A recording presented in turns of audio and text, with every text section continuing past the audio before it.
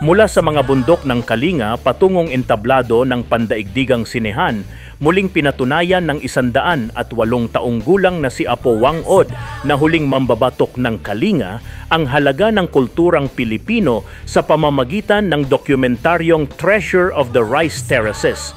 Sa teaser, tinatalakay ni Filipino-Canadian filmmaker Kent Dongwines ang personal niyang paghahanap sa ugat ng kulturang Pilipino sa pamamagitan ng kwento ni Apo Wang Od at ng kasaysayan ng batok sa Buskalan. Tampok si Apo Wang Od na ginagawa ang tradisyonal na batok gamit ang sinaunang teknika ng hand-tapped tattooing.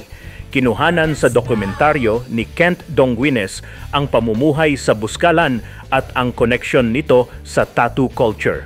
Ipinakita ang mga rice terraces sa Hilagang Luzon ay hindi lamang likha ng kalikasan kundi pamana ng kultura. Sa Treasure of the Rice Terraces, sinundan ni Dongwines ang kwento ni Apo Wang Od, ang kanyang sining ng batok at ang kasalukuyang pamumuhay ng mga Kalinga. Minsang tinabunan ng stigma at diskriminasyon, ang batok ay muling sumibol bilang simbolo ng karangalan at pagkakakilanlan ng mga Pilipino hindi lamang sa bansa kundi maging sa diaspora.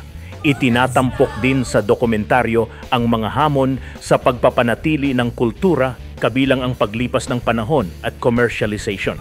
Mga isyong gaya ng cultural appropriation, stolen mummified ancestors at discrimination sa mga may tattoo at ang kahalagahan ng cultural sovereignty, ang karapatang protektahan, ipasa at pagyamanin ang sariling kultura ng isang bayan.